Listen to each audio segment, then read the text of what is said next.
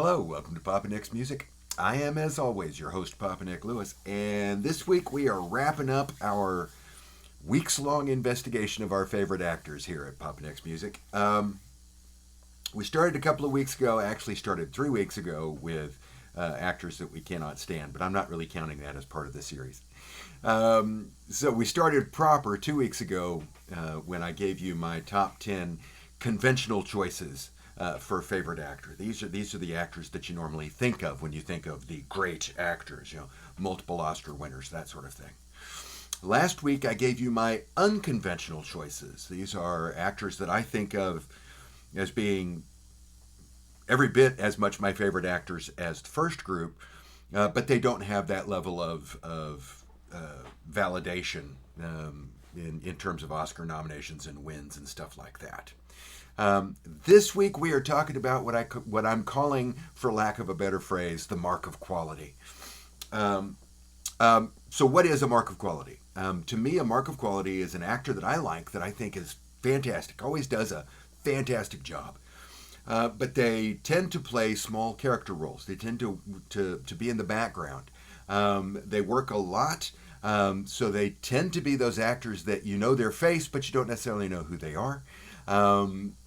And that's, by the way, why I'm going to be showing you pictures this week. I haven't been doing that so far. I'm assuming that you've known who these people are so far. But they're not necessarily big names. A couple of them are close, but still. But I always love seeing them. Last week when I was talking about J.K. Simmons, J.K. Simmons used to be an example of what I'm talking about this week. He was an actor that I knew, I recognized, and I was always glad to see him in any given project. The fact that he was there, to me, was an argument in favor of watching the TV show, the movie, whatever it is, simply because I am familiar enough with his ability as an actor that I trust that any production company that would hire him is already displaying that they're good decision makers, right? And so that's what today is all about. Today is the 10 actors that I like that you may not know. Well, most of these you may not know. There are going to be a couple of them you're going to know. But they're actors that you may not know, but that I think are fantastic, and I see as an endorsement for watching the movie, TV show, whatever it is, right? They're a mark of quality. Now, before we get into this, we're talking about relative qualities, so yes, we're doing the subjectivity notice. We firmly believe here at Papa Nick's Music that there's no such thing as objectively good or objectively bad art. There's only art that we like and art that we don't. And as long as we keep that in mind, this is a wonderful conversation. It's entertaining, I think. It's informative. It's our opportunity to see the world from somebody else's perspective, and I would argue that is always a good thing. The conversation, though, goes right off the rails as soon as somebody insists on being seen as objectively right. No, that actor is objectively... No. If we're talking about whether somebody is better than somebody else or some experience is better than some other experience, we're making a subjective decision, so it is all subjective. So I'm not making objective claims here, and I would very much appreciate it if in your comments, should you choose to comment, that you refrain from using objective language as well. Cool? Cool. Also, before we get into this, as I have been saying for the last few weeks, here at Papa Nick's Music, we use the word actor in a non-gender specific manner. We refer to actors when we are referring to people who create their art by inhabiting roles and performing in those roles. I don't care if you're a man, I don't care if you're a woman. You are an actor. I do not separate actors from actresses the same way that I don't separate musicians from musicianesses. I don't go for that separate but equal stuff. Actor is good enough. It applies to everybody. Okay, are we ready? Okay, coming in at number 10. Now, before I get into this, it's back. Papa Nick's Top 10 series is unofficially sponsored by Schoferhofer Beer. If you like grapefruit beer, ooh, you're going to love Schoferhofer. That's good beer. Coming in at number 10. Okay, now if I'm being completely honest, my entry for number 10 would actually be much higher on the list. But I've had to pull him all the way back to number 10 because I'm also using him as a placeholder for a shitload of people. My number 10 is an actor who I first became aware of because he was a guest star on the late 70s, early 80s television series Barney Miller. One of my favorite series, hands down. Sitcom, drama, whatever. It's just one of the best TV series ever made. I will fight you over that. And one of the things I really like about Barney Miller is because of the structure of the show, because of the conceit of the show, right? We've got the detectives working in this precinct. They interact with a large number of people. So there are going to be a lot of actors roll through this thing. Every episode, you're going to have a handful of people who are just there for that episode to go along with the handful of people who are regular cast members. And the people who cast this show were, oh my God, good at casting this show. There are a lot of good actors. So I could have, and I've got a nice big long list, get comfortable. I could have my list of marks of quality completely filled with Barney Miller guest appearances. Actors like Candace Azara, J.J. Barry, Bonnie Bartlett, Earl Bowen, Roscoe Lee Brown, Don Calfa,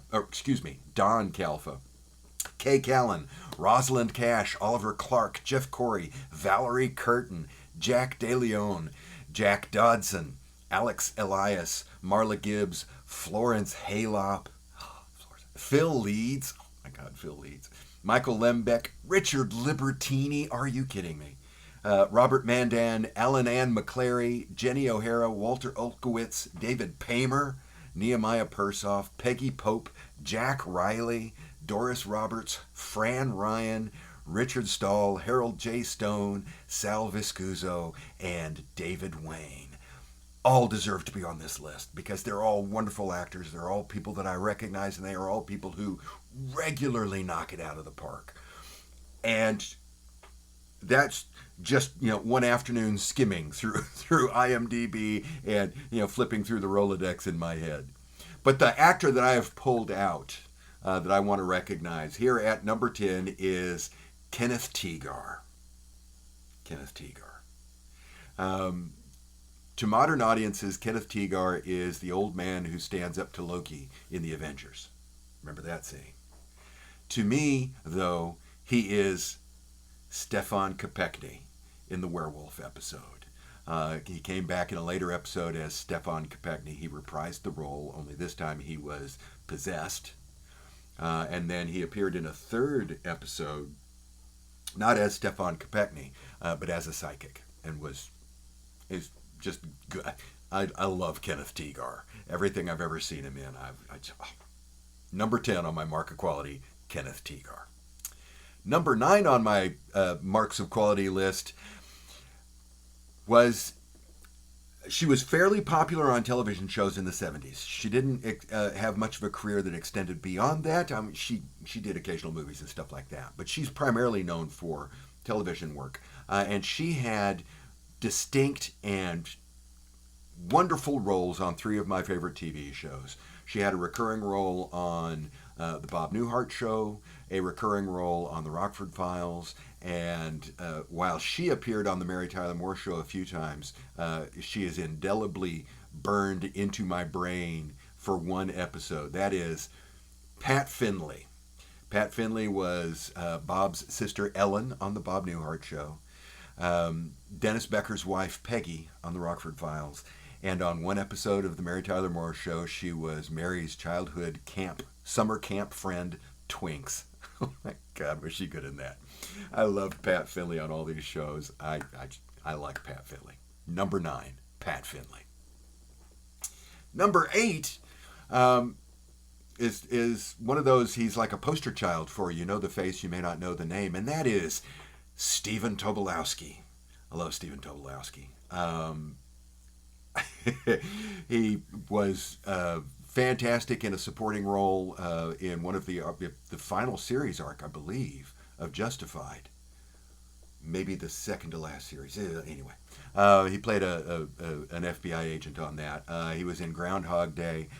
He was a guest performer on one episode of Seinfeld where he played the healer Tor Ekman and was fantastic. But to me, he's always Werner Brandis from Sneakers, one of my favorite movies. I love Stephen Tobolowsky. So at number 8, Stephen Tobolowsky. At number 7, okay, we're back to somebody who was ubiquitous on 70s and 80s TV, and that is Edie McClurg. Oh my God, Edie McClurg was fantastic. She had fairly prominent space in movies, in Ferris Bueller's Day Off, and Planes, Trains, and Automobiles. But to me, she will always be Louise Tarlick on WKRP. Oh, I love Edie McClurg. Number 7 on my list. At number 6 on my list, we've got an actor that would have made it onto my list because he is one of the central performers in one of my all-time favorite movies, That Thing You Do. I love That Thing You Do, and that introduced me to Steve Zahn, who played Lenny, obviously, or Leo, if you watch the Hollywood Television Showcase. But Steve Zahn, as an actor to pay attention to, really grabbed me. Ooh, I better rephrase that. I really started respecting Steve Zahn as an actor, not just as a wisecracker that I liked, when I saw his performance in the movie A Perfect Getaway with Timothy Olyphant, who is another one of my favorite actors, who almost made the list last week. He was like hanging on by a thread. If you have not seen A Perfect Getaway, oh my goodness, check it out. Steve Zahn is fantastic in it, and he is my number 6 mark of quality. My number 5 mark of quality is, of all of these names on the list, I think probably the most familiar. You're going to know who this is, but I'm going to go ahead and show you his picture because I've been showing you everybody else's picture. Number 5 on my list is Roddy McDowall. I love Roddy McDowall. Part of the reason why I love him so much is that when I was a kid, I loved the Planet of the Apes movies. I loved the series when it was on for that one season. I was bananas for the apes. God, I can't believe I said that. Anyway, and that was the thing that Roddy McDowall was most famous for, up to that point. But he had appearances in a few later movies. He was fantastic in, I don't remember when it was released. I want to say it was the early 70s. I could be wrong on that. There's a crawl down here if I'm way off base. But I want to say it's the early 70s. It was a British horror movie called The Legend of Hell House. And oh my God, is that one of my favorite scary movies. He was, oh my God, fantastic as the TV horror movie host in Fright Night. I love that movie. And last week when I was talking about Mary Steenburgen, I was talking about one of the reasons why I love her so much is the movie that she made in the early 80s called The Dead of Winter. Roddy McDowall was the villain's assistant in Dead of Winter. I love Roddy McDowall. Every role he plays is fantastic. Even his, tiny role in the Poseidon Adventure, he's one of the best parts of that entire movie as far as I'm concerned. My number 5 mark of quality, Roddy McDowall. My number 4 mark of quality, there are certain actors that there's something about them that I just really like. There's something about the face. There's something about the tone of the voice. There's just something about them that I like. I could sit there and watch that person, regardless of what they're doing, right? It's similar to the old trope about how I could listen to that person read the phone book because I really like their voice, right? It's that kind of thing. I could just sit there and bask in watching the actor regardless of what they do. And my number 4 is one of those guys. I really like G.W. Bailey. I've liked him in everything I've seen him in. I first became aware of him in the TV series MASH. He was Rizzo, who was in charge of the motor pool. That was one of his first major roles as well, so it's not like I'm the only one who first saw him on MASH. He later became the overwhelming reason, the primary reason that I continued to watch The Closer after it stopped and morphed into Major Crimes. The one holdover between the two series was G.W. Bailey as Louis Provenza. And G.W. Bailey is always a pleasure to watch. I really enjoy his performances, and he is my number 4 mark of quality, G.W. Bailey. Now, my number 3. Take a quick sip before number 3. Okay, it wasn't a quick sip, I lied. When I'm thinking about these mark of quality actors, I got to be honest. The poster child is here at number 3. This is the person that I think of when I think of this type of actor. Somebody that you know, that you really like, that you think does a fantastic job, but just doesn't seem to have the popular acclaim that should go with that. To the point where when you find somebody else who also likes that actor, that's like a bonding thing. It's like, ooh, it's like, being liking a session musician and always being excited when you find somebody else who likes that same session musician, when you know that most casual fans have no idea that the session musician actually exists, right? Same kind of thing here. When I was in college, I had a very good friend, and he and I bonded over several pop culture things that we had in common, that we both liked, that we both could tell that most of the people around us didn't really know about. One of them was Joe Jackson. I think I've talked about my friend Chuck before. When I was over at his house one night after a night class, I was on my way home and I stopped at his house just to have a beer and shoot the shit, and then I was going to go on home. I lived about a block and a half around the corner from where he lived. And the TV was on back in the day when the USA Network had an all-night weekend television show called Night Flight, if you remember Night Flight back in the day.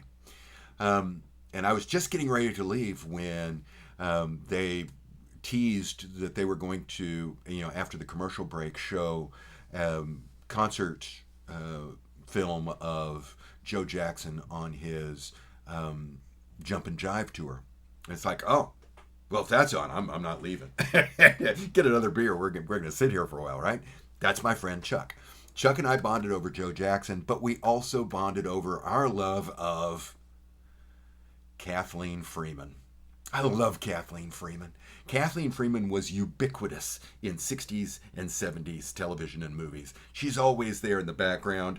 She's usually playing the old neighbor, housekeeper, somebody like that, right? But she's always there, and her roles tend to be functional, but she knocks them out of the park every time. I think she was probably the most famous for her role as the Penguin in the Blues Brothers, when she's smacking Jake and Elwood with that yardstick. I laughed so hard I thought I was going to piss my pants. But I will always remember her most fondly for her role in Support Your Local Sheriff, one of my favorite Westerns. Her role in that is short. I mean, she's got one scene, and it is expository in nature, right? She is there to demonstrate that Joan Hackett's character is well-meaning but socially inept. And there's just a little bit of interplay between Kathleen Freeman, James Garner, and Joan Hackett. And that's all she's there for. She's just, it's pure exposition. But it's fantastic, right? They set up the shot for her and she drills it. It is a wonderful demonstration of excellent comic acting, particularly in service to, the story, the exposition of the story. I love Kathleen Freeman. I've never seen her in a movie where I didn't automatically award that movie or TV show, a few extra quality points just because, by God, Kathleen Freeman's in it. So my number 3 mark of quality, Kathleen Freeman. Okay. My number 2 mark of quality is the J.K. Simmons kind of guy.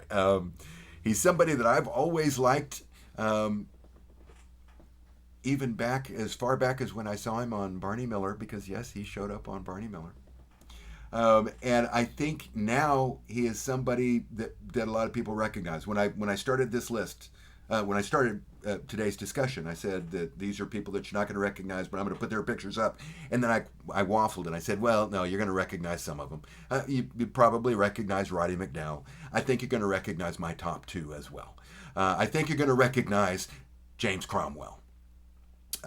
James Cromwell, though, to me is always Jamie Cromwell, because I became aware of him and a fan of him back when he performed under the name Jamie rather than James.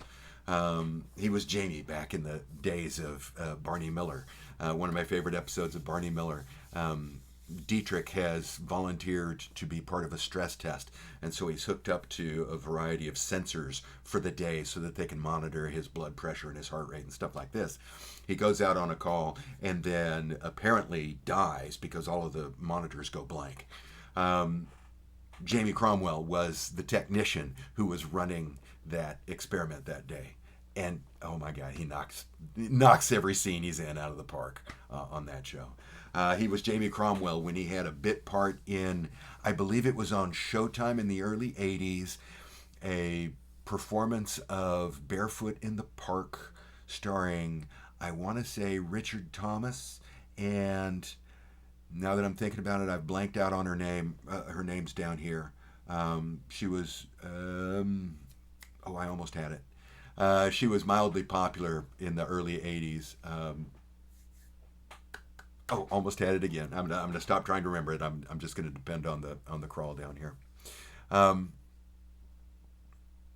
But they did a version of Barefoot in the Park that was a theatrical production but filmed, and I'm pretty sure it was on Showtime.